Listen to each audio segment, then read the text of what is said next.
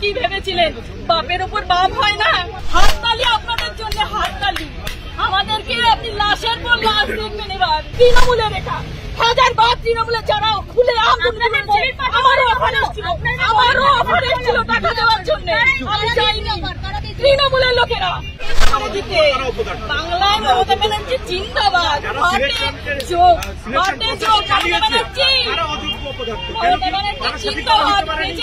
এইভাবে আমাদেরকে শেষ করার জন্য। হাততালি আপনাদের জন্য, হাততালি। আমাদেরকে আপনি লাশের পর লাশ দেখবেন। এবার আবার লাশের পর লাশ দেখবেন। এটাই হচ্ছে আপনার অনেক কৃতিত্ব।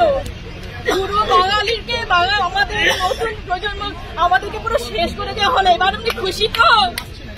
জিতে গেছে তো আপনাদের বাম আমলের প্রতিশোধ নিতে। আপনারা যে খুলে আম দুর্নীতি করেছেন, কি ভেবেছিলেন বাপের উপর বাপ হয় না?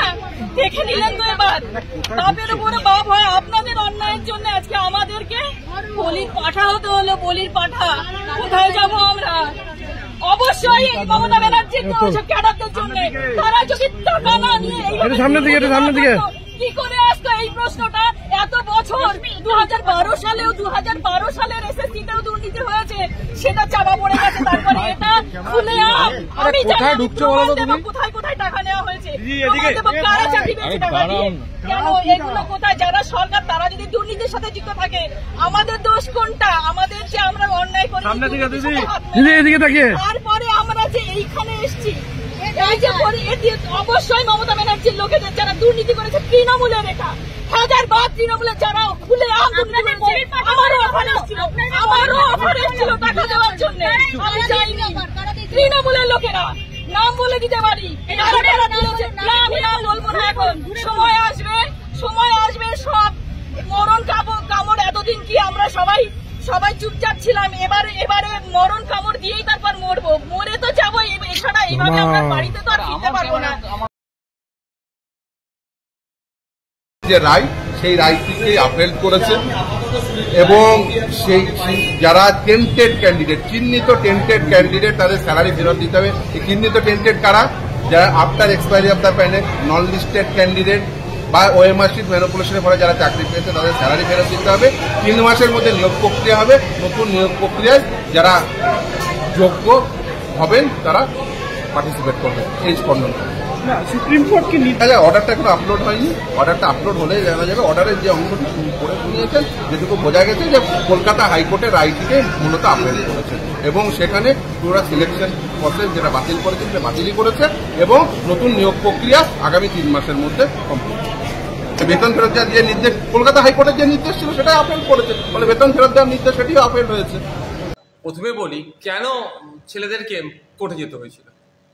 এই নিয়োগে দুর্নীতি হয়েছে, অবৈধ পন্থা অবলম্বন করে অর্থের বিনিময়ে বা অবৈধ কোনো পন্থাতে মেধাযুক্তদেরকে বাদ দিয়ে যারা মেধাহীন তাদেরকে নিয়োগ করেছে।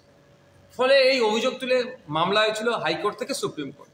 কিন্তু হাইকোর্টে যখন ডিভিশন বেঞ্চে যখন অর্ডারটা দিল, সেক্ষেত্রে রাজ্য সরকার সেটাকে চ্যালেঞ্জ করে বা কিছু চাকরি প্রার্থীরা চ্যালেঞ্জ করে সুপ্রিম কোর্টে গেল। সুপ্রিম কোর্টের লেটেস্ট যেটা আপডেট আমরা শুনছিলাম, বারবার পৃথকীকরণের কথা বলা হচ্ছিল, কিন্তু আমরা কি দেখলাম? পৃথকীকরণের ক্ষেত্রে যে ডেটা দেওয়া হচ্ছে সে ডেটা একটা হচপচ।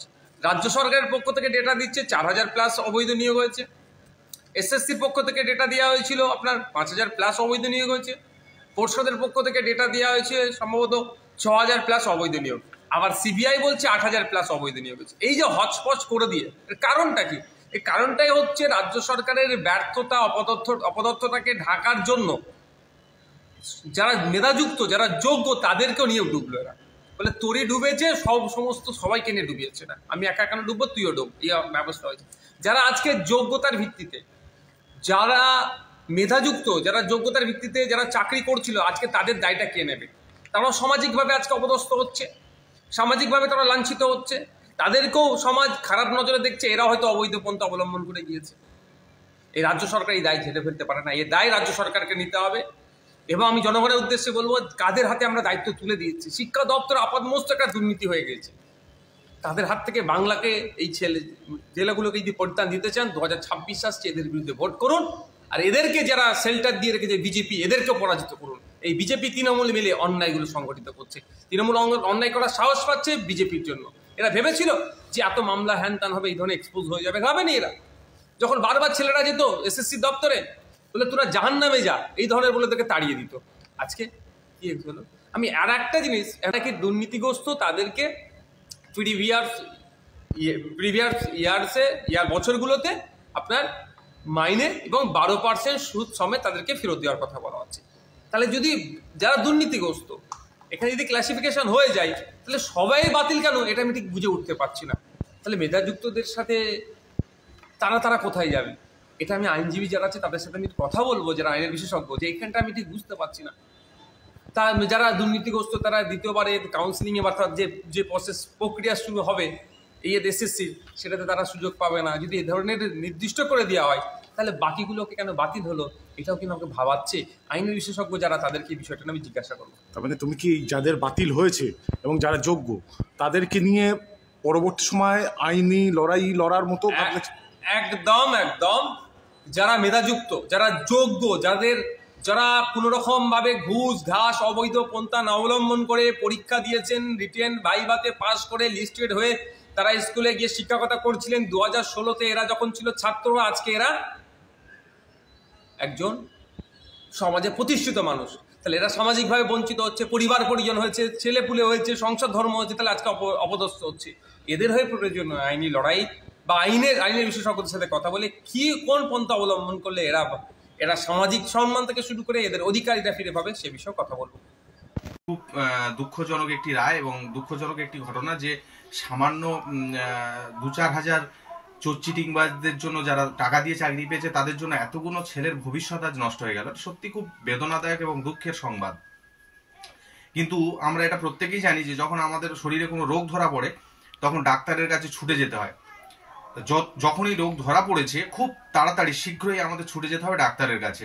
এই রাজ্যের প্রত্যেকটি মানুষকে অনুরোধ করব যে আপনারা বুঝতে পারছেন, রোগ ধরতে পেরেছেন এবং এই সরকারকে যত তাড়াতাড়ি সম্ভব উৎখাত করে ফেলা। এবং প্রত্যেকটি মানুষ জানে যে আজকের যদি তৃণমূলের ফ্ল্যাগ পিঠে এবং বুকে আমরা নিয়ে ঘুরি, জিহাদিদের হাত থেকে আমরা রক্ষা পাবো না। আর তৃণমূলের ফ্ল্যাগ ফেস্টন পিঠে বা বুকে নিয়ে যদি আমরা ঘুরি, এই তৃণমূলের হাত থেকে দুর্নীতি হোক, আপনার অত্যাচার হোক, কোনো কিছু থেকে এই রাজ্যের মানুষ নিস্তার পাবে না। তাই খুব তাড়াতাড়ি সম্ভব 2026-এ আপনারা এই সরকারকে উৎখাত করুন এবং ভারতীয় জনতা পার্টিকে ক্ষমতায় আনুন। তাহলে দেখবেন এই রাজ্যের প্রত্যেকটি মানুষ নিরাপদে এবং নিশ্চিন্তে এই রাজ্যে বসবাস করতে পারবে এবং যেসব যোগ্য ছাত্রছাত্রীরা আছে তারাও তাদের যোগ্যতার বিনিময়ে তারা চাকরি পাবে। চিটিংবাজরা কোনোভাবে টাকা দিয়ে চাকরি বা সুযোগ পাবে না।